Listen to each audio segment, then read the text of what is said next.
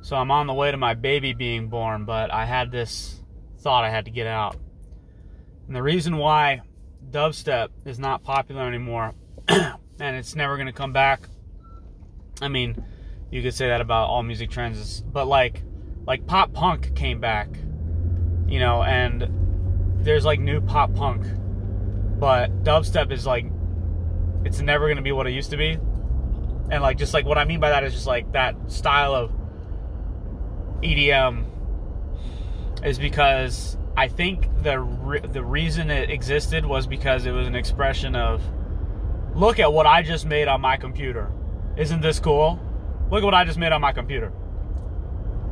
And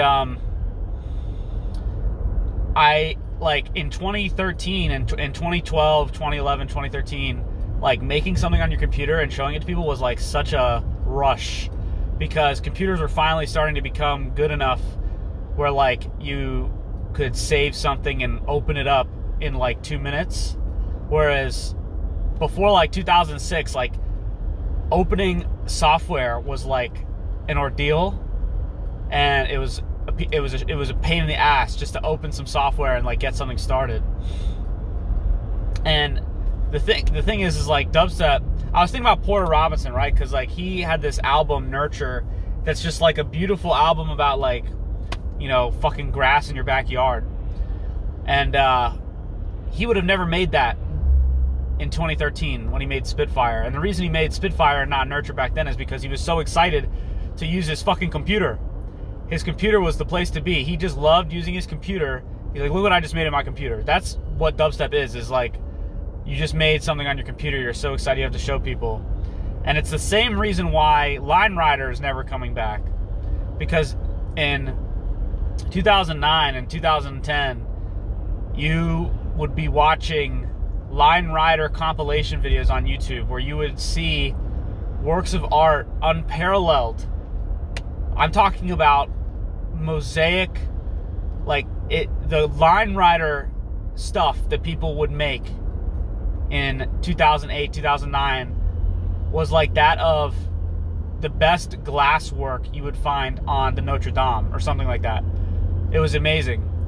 And the reason people did that back then, the reason people would spend 40 hours on a Line Rider file is because it was like pre-social media, but the computer was just powerful enough that like the internet was different, but computers were competent. So you had competent computers that didn't have Twitter and Instagram. So instead of just going on Instagram and talking about how Sonic's spines should look and how Sonic's mouth and eyes, how his eyes should curve into his mouth, instead of wasting your time doing that, you would spend 40 hours on Line Rider.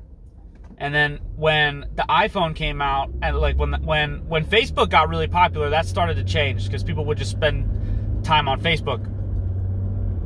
And then Twitter and Instagram really kind of fucked everything up. And Tumblr was big too. And Tumblr and Reddit used to be a lot bigger. I don't hear anyone talk about Tumblr or Reddit anymore. But the social media websites sort of turned computers into like, here's my computer, I'm gonna browse Twitter with it, I'm gonna browse YouTube with it. But before, you would do so much crazy shit on your computer. You would do RuneScape. Like RuneScape was like RuneScape, Dota, World of Warcraft. Like these were things people would do on the computer that they would come home from school at like 4 p.m. and stay up till 4 a.m. You know, doing who knows God what on RuneScape and World of Warcraft. And that kind of passion, it like leaked into YouTube content too. Like people would make like animations and stuff that would take a lot of time and attention, and you just don't see that anymore because just like the excitement over computers as a tool is gone, because like people are used to computers being able to open programs and not crash and not shut down and not, you know, chug like a NES playing Metroid. So once that excitement wore off, everyone just started going on social media websites and just, because the thing is that social media websites are even faster. You know, like you open up Ableton, that'll take 10 seconds. You open up Google Chrome and then type and go to Twitter. That takes 1 second. So I don't know. I just thought that it was sad. It's the same reason why the Brony EDM thing could not exist today, because I think, well, just because it's really the dubstep in general, just like the excitement. Bronies were so excited to just be on the internet and to be their little goofy fan base on the internet.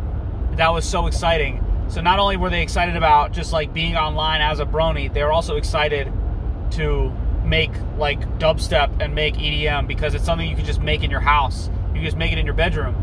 And it was something you wanted to show people, like, look at this song I just made.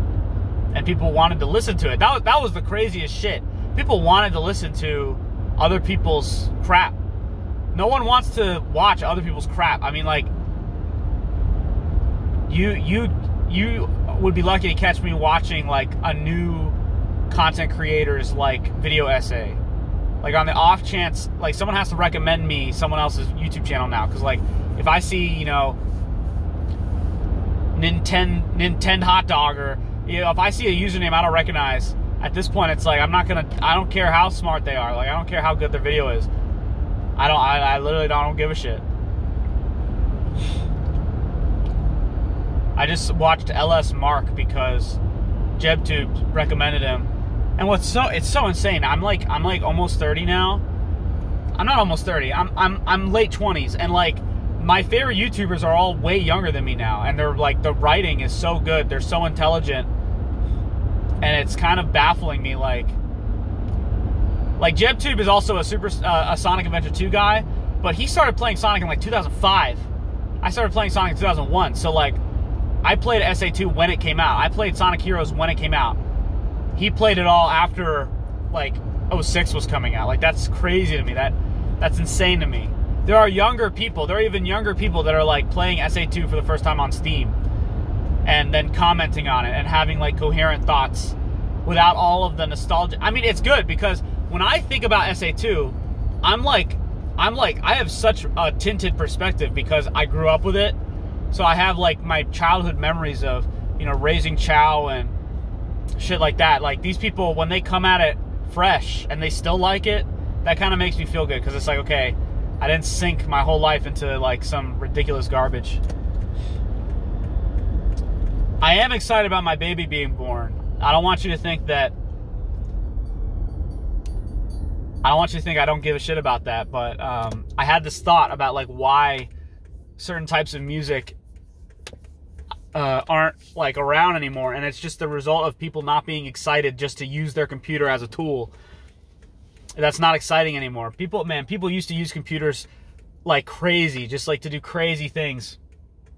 And they would, without the addiction of social media, they would spend hundreds of hours on software projects, like music projects, and like, you'll see, you know, like, I feel like those kinds of music projects are less and less, because not only are people not as excited about just using a computer in general, people aren't excited to listen to what other people made on their computer. Like, I remember when in 2013, like, I was excited to see what people were making in their FL Studio projects, and I would go on YouTube and like save, and like I would do the fucking shit, man. I would do like YouTube to MP3. I would save it to my iPod. Like, you would never, like, my favorite songs aren't saved to my iPod. I just add them to a playlist on YouTube. Like, I don't give a shit. And, you know, that's like, it goes to show how much I don't even care about it anymore, because like YouTube, like, you'll have a playlist with like thousands of videos of music that you love on YouTube, and then YouTube will just like remove 12 of them because of copyright concerns. And it's like, I don't know, I feel like I should be more anal about that, because like, that's all, like, that could be my favorite song. And in fact, that did happen. The fucking Viserys walking down to the Iron Throne, that was like taken down, and I had to find it again. But like, who knows how many countless songs that I haven't actually physically downloaded I will never hear again that were like my favorite songs that I'll just forget, because YouTube or Nintendo or whatever like takes down music on YouTube. That shit's crazy. It shows how fleeting it is. Like, when I consumed music in 2013, I downloaded a file, and that file was mine.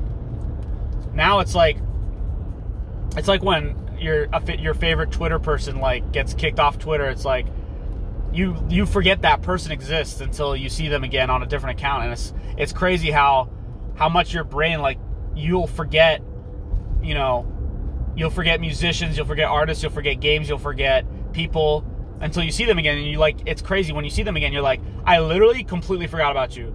That's what you'll think when you see them again after you like hadn't seen them for years on the internet. And it's like they're robbing you of stuff that you feel like you own, but you never owned it. When I save music to a playlist on YouTube, like to my music playlist on YouTube, I feel like I'm downloading it, but I'm not, and it could disappear at any moment, and it's just fucking gone, and I'm gonna die having never listened to that song again, and that fucking pisses me off. But whatever. Copyright laws are just hilarious. As if any of this stuff, like, as if any of this stuff has so much value that like it's worth taking it out of my playlist. Like, I gotta understand, like, YouTube, oh, we can't legally distribute this anymore, so we have to take it down. But like, I already added it to my music playlist, so just like let me at least, I don't know. I fucking hate it. SoundCloud, it's even worse because SoundCloud limits your uploads. So I literally, like, I have to download, like, every 6 months, I have to download what is in my liked playlists and my likes on SoundCloud, because people have to take their own music down because SoundCloud will not let you upload more than X or Y amount unless you pay. So, like, some of my favorite songs from, like, 0081, the beach episode song he made, like, he took that down. I had to go find that somewhere else after the fact.